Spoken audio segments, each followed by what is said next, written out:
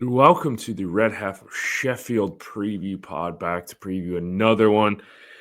This one, a midweek fixture against Swansea, and I am joined by Ben from Swans Cast to preview that one. Ben, how are you doing this early afternoon UK time? Very early morning stateside.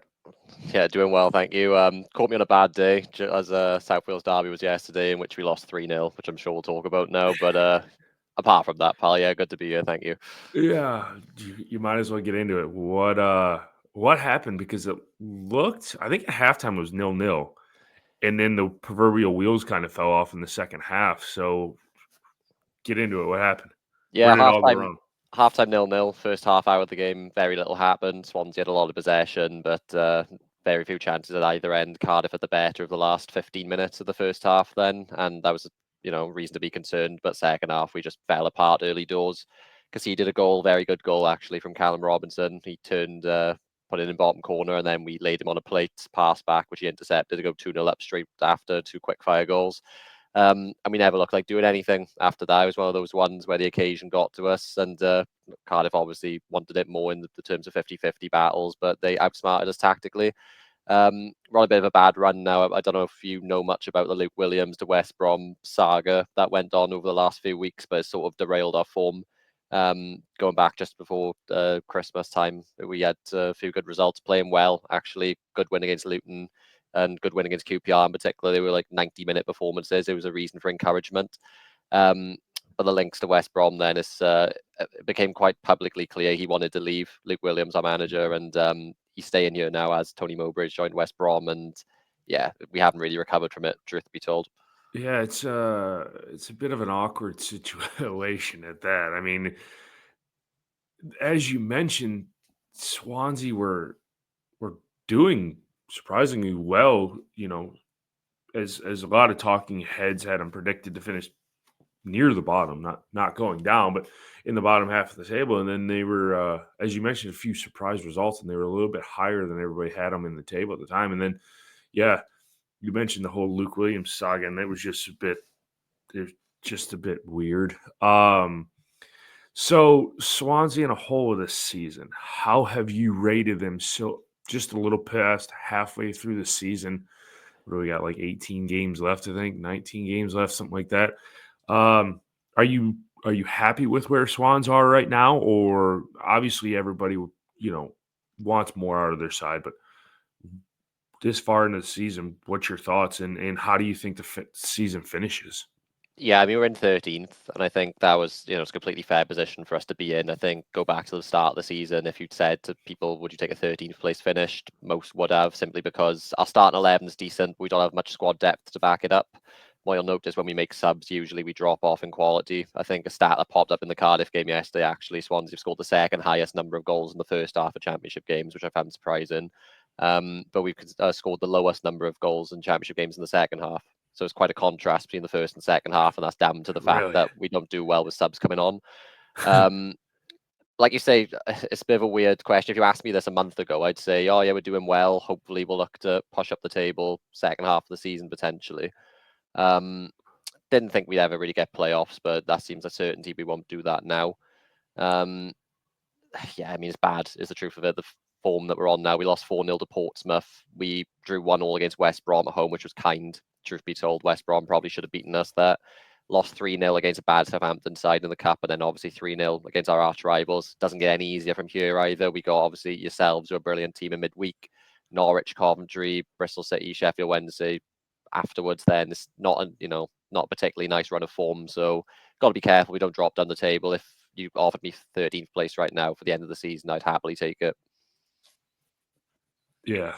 No, no. I mean, it's that's an inviting position Swans are in. So one more thing I want to get ask you about, and it's something that weirdly popped up last week. What do you make of if this Welsh league is that you Swansea, Cardiff, God's greatest gift to the earth, and Wrexham, um, and Newport are going to all be competing in the Welsh Cup to qualify for Europa League, or some European competition. Does this actually have legs? And is this something you're in favor of? Because it just randomly popped out of nowhere.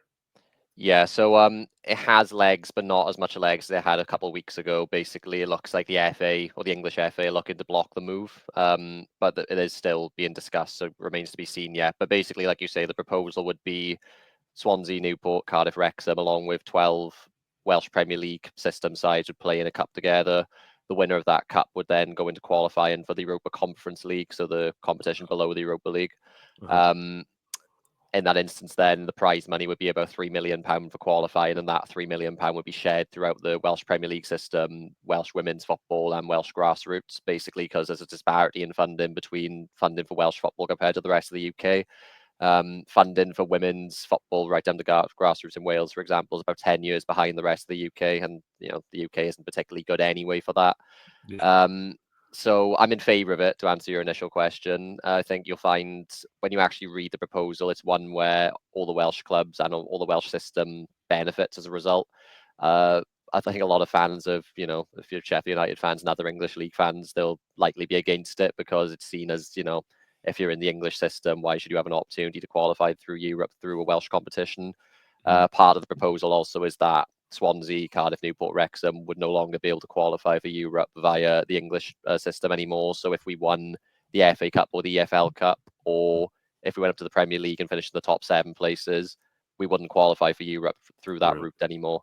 So that's a proposal they put in place to sort of like please or appease some people. It still looks like it's going to get rejected simply because they're concerned that any extra funding could still, disbalance or give Swansea Cardiff in particular favour financially.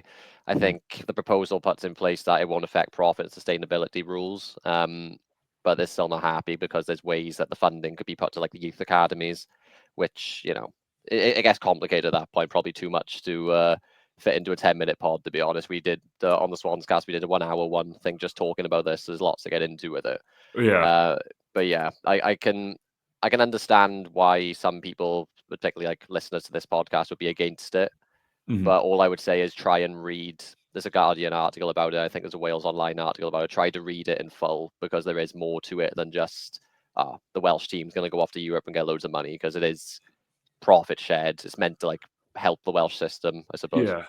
Yeah, and like I said, it was just a weird setup that it just kind of like popped up off of the like periphery, and you're just like kind of like, is that a real thing, or is just somebody just trying to clickbait? It's certainly interesting. I did hear the part where it has to go through the English FA, and it looks like it's going to get shot down. But I mean, the way you make it set up, it sounds like it's good for profit, for sustainability, and the trickle down effect to, as you mentioned, the lower league in the women's game to develop that. It seems like it's it's good. And this is no offense to yourself or Cardiff or to God's greatest gift to the earth and Wrexham. But I mean, they should take the chance because, to be honest with you, what's there's like a snowball chance in hell that either one of these teams in the next 5 or 7 years are going to qualify for Europe in the Premier League. So I mean, it would be something to do over like a 10-year period that would be pretty cool. But I mean, as you see, once you start peeling back the layers, they're probably going to shoot a million holes in it, and it's not going to stand a chance. Yeah. And like you say, I think every club is in favour of it. Every Welsh Premier League club also is in favour of it. So that's not the issue. And UEFA have actually given the green light approval on it because there's similar instances, I think, in Switzerland, just an example where a similar system's in place with a team in a different country where Oh. it's similar to this proposal. So that's not the issue. It is purely just the English FA who see issue with it. One reason was that they think it would sort of take away from I'm trying to think of the words here, the reputation of the EFL Cup and FA Cup. Hmm. Me personally, I think, what is it, just 6 teams have won either of those competitions in the last decade. Yeah. So Yeah. for me, it wouldn't make any difference if these 4 Welsh teams didn't qualify for Europe via them. We did win it in 2013, Hmm. but since then, in 2013, we won the EFL Cup, Wigan won the FA Cup. Since then, only Man United, Man City, Liverpool, Arsenal, Chelsea, and Leicester. I believe they're the only Hmm. 6 clubs, and Yep. maybe I'm missing one, but there's very few clubs who have won those competitions. So for me, yeah, it's Yeah. it's something I'd really like to see go ahead because it gives some excitement to obviously our fan base, but also it's important for Welsh football. The disparity in funding, it would like close the gaps of quality a little bit. Yeah. And for me, I think the bigger picture of it, especially seen as in Euro 2028, the FAs are working together, the Welsh FA and English FA, obviously to host the tournament. It would be seen as good faith, in my opinion, to, I think the comment from our chairman was it's a tap in for the English FA just to do the right thing, but obviously that hasn't happened. Still hold out hope maybe the proposal will change. If FA have some comments on it that can make it a bit better for them.